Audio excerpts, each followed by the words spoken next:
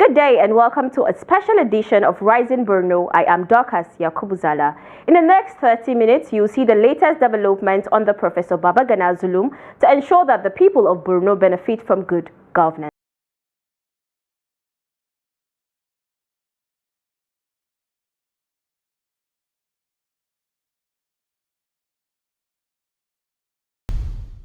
We begin with where Governor Zulum called on stakeholders at a summit to reform Almajiri education to address the root cause of Boko Haram insurgency in Borno State. The summit, which held at the Musa Usman Secretariat in Maiduguri, brought religious community leaders and other stakeholders to discuss and strategize innovative ways to integrate the Almajiri system with basic formal education. Governor Zulum attributed the emergence of insurgency to false teachings of Islam. He noted that to curtail the adverse effects associated with Almajiri education, Borno State government has established the Arabic and Sangaya Education Board, introducing a unified curriculum for Sangaya and Islamic schools. Zulum also stated that the reform includes establishing higher Islamic colleges that cater specifically to Almajiri children, blending religious and secular curriculum, and equipping them with skills vital for their personal development and future employment opportunities. The Sangaya reforms is a great development and will bring Almajiri a better chance in life, particularly the introduction of integrating Western education, vocational education, numeracy and literacy skills into the centers, which are also described as Almajiri and Islamic schools. Similarly, it could be recalled that Sangaya education reforms both at federal and state levels are to provide access and quality to basic education for all Almajiri school-age children.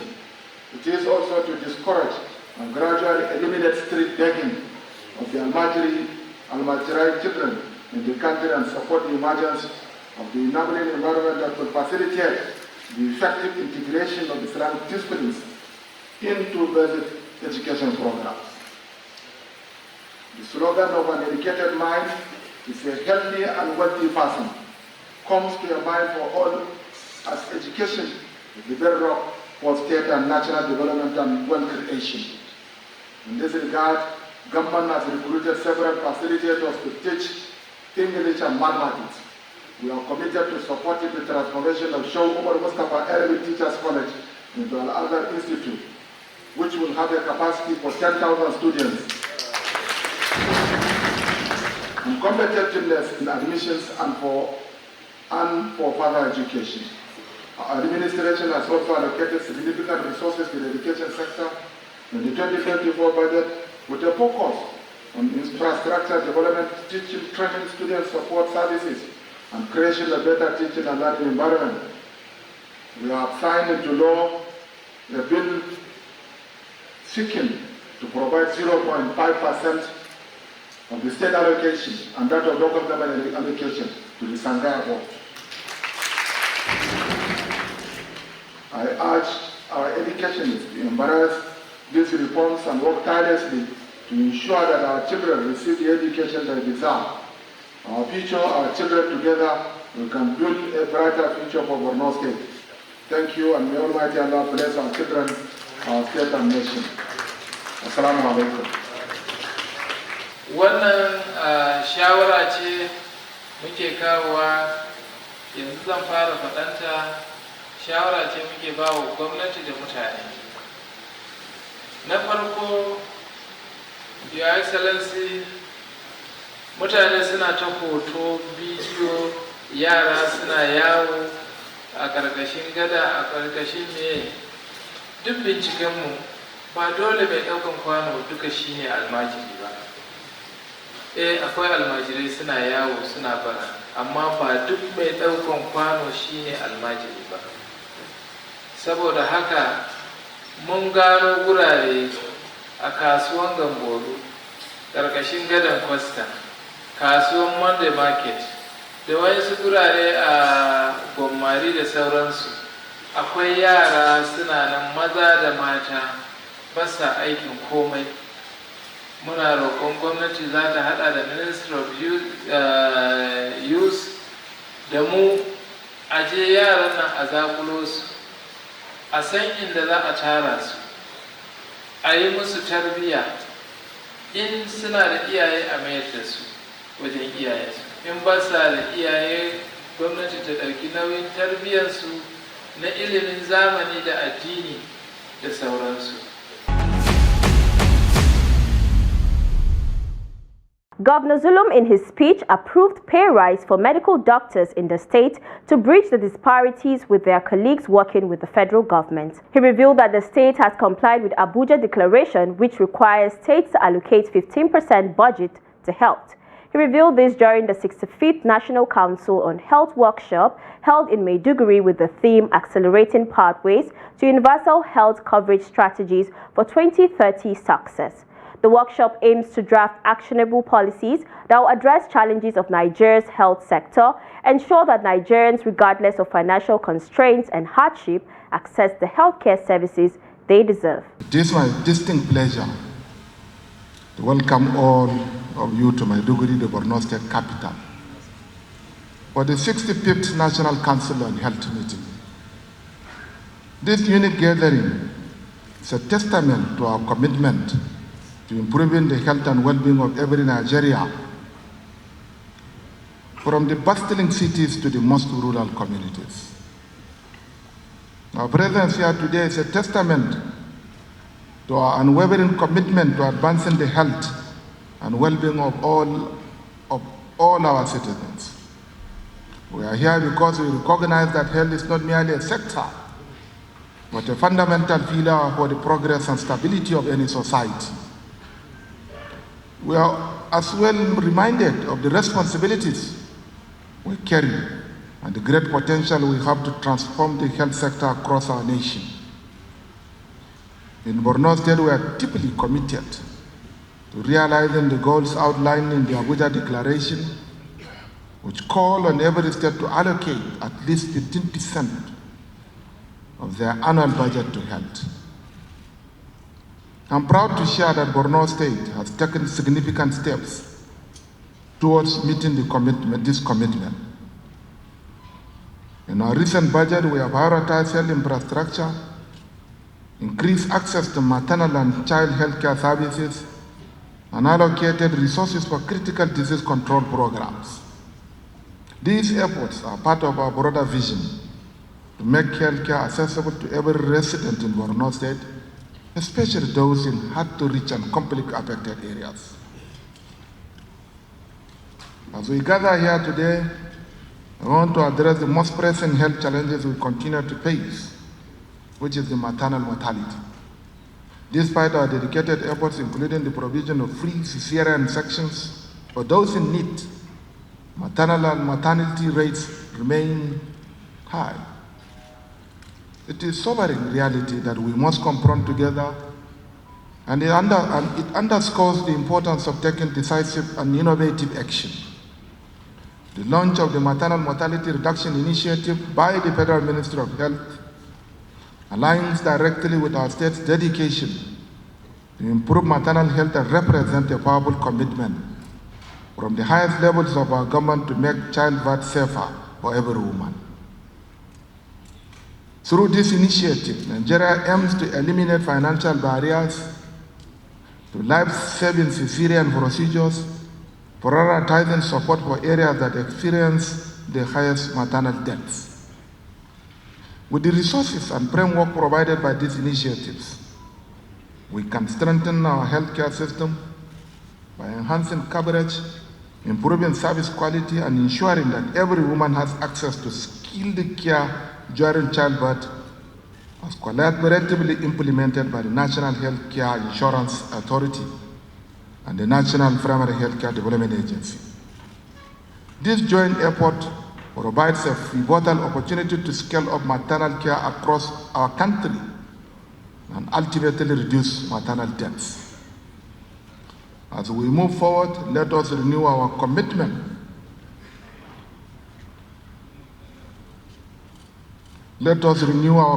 to this cause. Continued collaboration between federal and state agencies, our dedicated health workers, and community leaders are essential if we are to provide safe and equitable health for all. The path ahead may be challenging, but I am confident that together we can transform maternal health outcomes in Nigeria and set an example for the other nations across the globe. In this convention, I want to seize the opportunity to request the Honorable Minister to consider the establishment of a federal medical health center in Borno State to complement our existing health facilities for effective and efficient health care delivery systems. I would like to extend my heartfelt gratitude to the Coordinating Minister of Health and Social Welfare for its steadfast support and engagement with us in Borno State. I can recall that within the last 4 months, the Honorable Minister for Health was in Maiduguri for no fewer than 4 or 5 times. This goes to show how committed he is to the growth and development of the health sector in Nigeria. His continued support across various health initiatives has been instrumental in helping us achieve these results. We also acknowledge his proactive engagement during the recent floods, when he ensured that Borno received essential medical supplies and support to address health needs of those affected.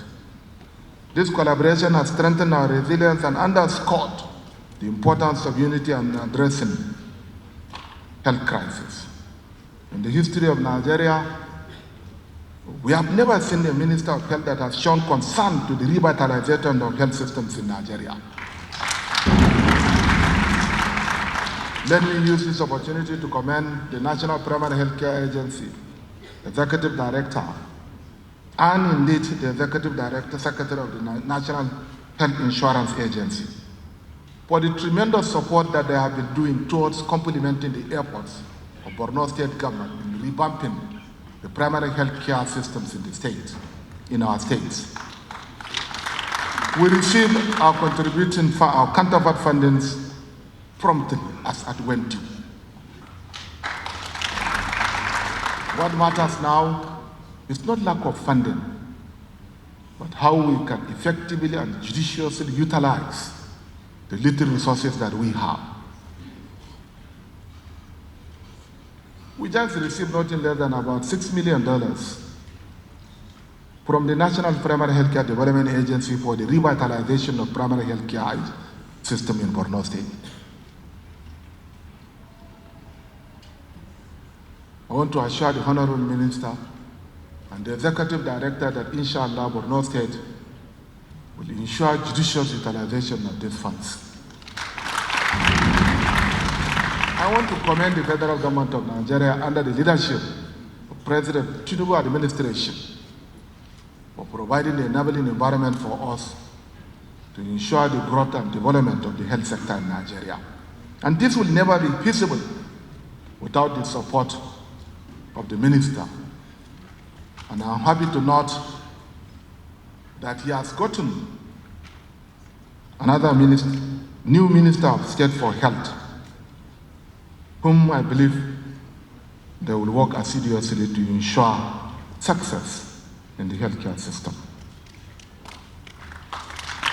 Let me also commend our sister, the special advisor to the President on Health.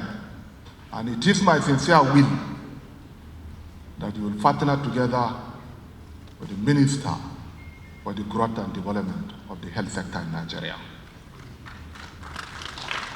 We also express our profound appreciation for the active involvement of religious and traditional rulers who have been instrumental in mobilizing communities and promoting health-seeking behaviors by endorsing immunization campaigns, maternal health programs, and sanitation efforts.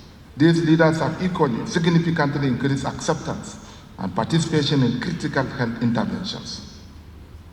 Furthermore, to my colleagues, the executive governors of state who have demonstrated commendable dedication to advancing healthcare priorities through policies that ensure better funding, infrastructure, and resource allocation for the health sector. On behalf of my colleagues, the governors of the 36 states of the Federal Republic of Nigeria, I want to assure you, Mr. Honorable Minister and your team, that inshallah, we shall provide the necessary support for you to succeed. Additionally, We want to acknowledge the chairman of the Commissioners Forum, whose coordination and advocacy have galvanized our collective efforts towards realizing a unified approach to health governance. I want to thank all of you, the commissioners that are here to witness this very important council meeting. Each of these leaders' contributions is invaluable, and their achievements serve as a reminder of our partnership, dedication, and a shared commitment for our nation's health. This year's theme and sub-themes of the National Council on Health, each thoughtfully chosen, align directly with the health sector strategic blueprint for 2023 to 2027. Let me use this opportunity to express my profound appreciation to the WHO, UNICEF, UNDP, and indeed all the UN organizations for the support that they have been providing to our health sectors in Borno State especially. I also want to commend EU, UNICEF, for all the good works that they have been doing. Furthermore, I want to express my sincere appreciation to Bill Gates Foundation, Bill and Melinda Gates Foundation, and Aliko Dangote Foundation for the support that they have been rendering to our PhD systems in Nigeria. Above all, the contributions and support of all the humanitarian partners and the development partners in Borno State need not to be overemphasized. However, I just want to make a very few remarks.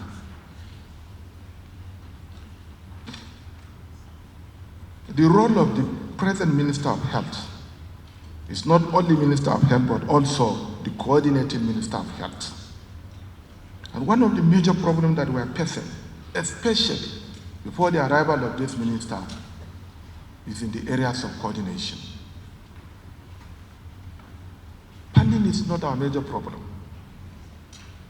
but the coordination of the activities of humanitarian and development partners still remain our biggest challenge.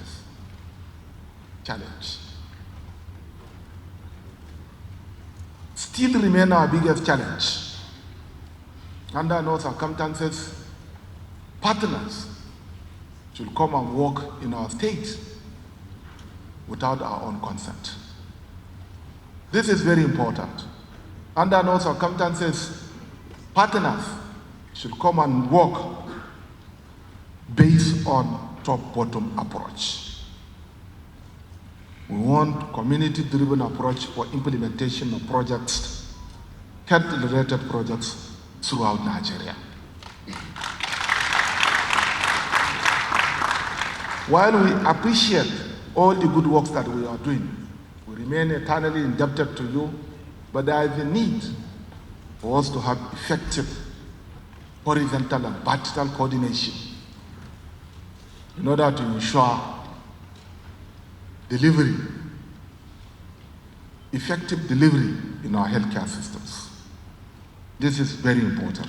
It is my honor to deliver these opening remarks at such an important statutory event holding in this beautiful and historical city of Maiduguri, the capital of Borno State. I hope you are all enjoying your stay here in the capital of the Borno Emirate, a hub of Islamic scholarship in West Africa. I would like to first and foremost thank the Borno State government, ably led by the Governor, Professor Babagana Umar Asulum, for providing us with the warm hospitality of the city and all the support we required to hold a successful meeting. I am happy to observe that Maiduguri is gradually regaining its economic and social activities after the unfortunate flood incident suffered in September that led to the loss of many lives, properties, and businesses.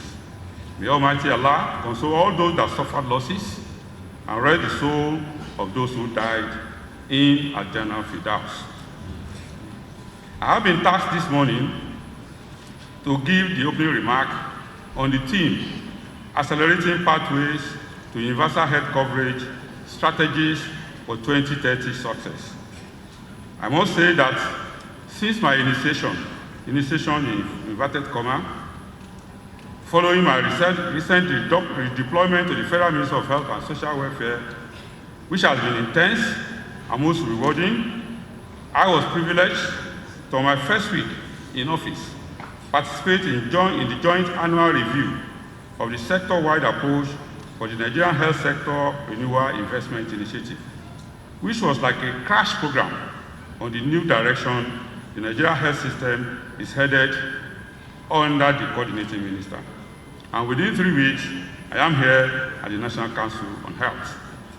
The Renewed Hope agenda of President Bola Ahmed Tinubu, GCFR, for the health sector is to provide to all Nigerians, particularly the vulnerable population, qualitative, accessible, affordable, and responsive healthcare services that does not put the Nigerian in financial hardship. Universal healthcare coverage by 2030 for us is therefore not just a slogan or a catchphrase, but a commitment that is backed by a robust pathway to deliver on needs in an inclusive, equitable, and evidence-driven manner. Borno State Governor Babagana Zulum announced the establishment of Ministry of Livestock and Fishery Development. The governor made it known when he swore in 2 new commissioners at the Government House Chambers in Maiduguri. He charged the new commissioners to deploy their vast experience and track records in office for the growth and development of the state. He advised them to maintain inclusivity and shun ethnic policies and divisive tendencies. He urged the deputy governor to oversee the affairs of the new Ministry of Livestock and Fishery Development. I stand before you today with a deep sense of responsibility and commitment to our great state of Borno. Today we witness the swearing-in ceremony of 2 new honorable commissioners who will join the State Executive Council as members to drive the development and progress of our beloved state. As we are assembled here today, I want to pay tribute to the memories of our departed commissioners of Reconstruction, Rehabilitation and Settlement, and that of Finance and Economic Planning, Economic Development. Their contributions to our state will never be forgotten, and we honor their legacy by continuing to work tirelessly for the betterment of our people. We pray to Almighty Allah to reward them abundantly for their relentless service to our dear state, and may Allah grant them Al-Jannah al-Firdaus. Amen. Permit me to put on record our immense gratitude to the Borno State House of Assembly for the prompt scrutiny and confirmation of the 2 commissioners. To our new commissioners, I'm happy to welcome you on board. I charge you to discharge your duties with integrity, transparency, and accountability.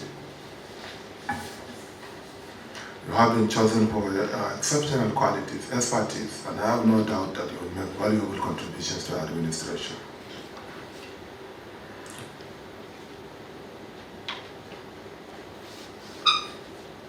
The former Commissioner for Works and Housing has just served for a short period of time. And then when the mantle of leadership was changed, he couldn't come back, not because he did something wrong, but God has destined that he will serve for this particular period of time. And now God has given him another chance to serve.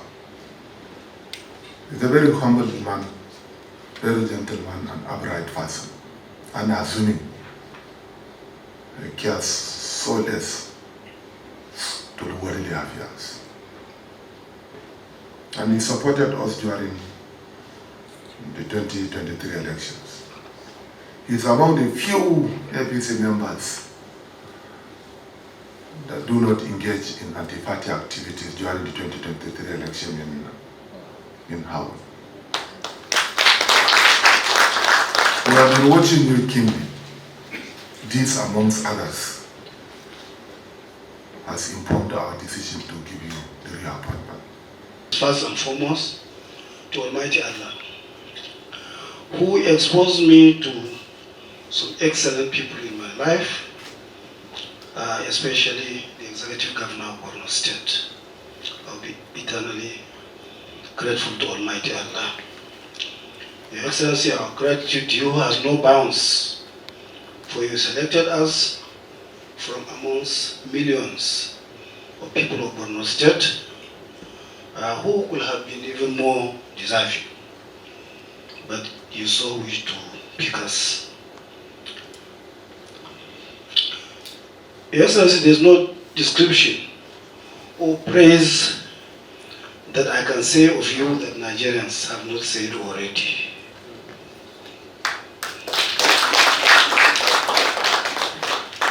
You are to us a role model, a teacher, and an exemplary leader worth emulating. Your Excellency, I have worked with you before, including going to political campaigns, and have come to appreciate how caring and how kind leadership you are. Excellency, that we would walk the trust you have, will uphold the trust you have entrusted on us, and shall work towards realizing the vision and mission of the people, your own, the vision and the progress of the people of Borno State and Nigeria in general. We have come to serve, and we shall serve our people to the best of our ability. And that brings us to the end of today's edition. I am Dorcas Yakubu. See you next time for a fresh, interesting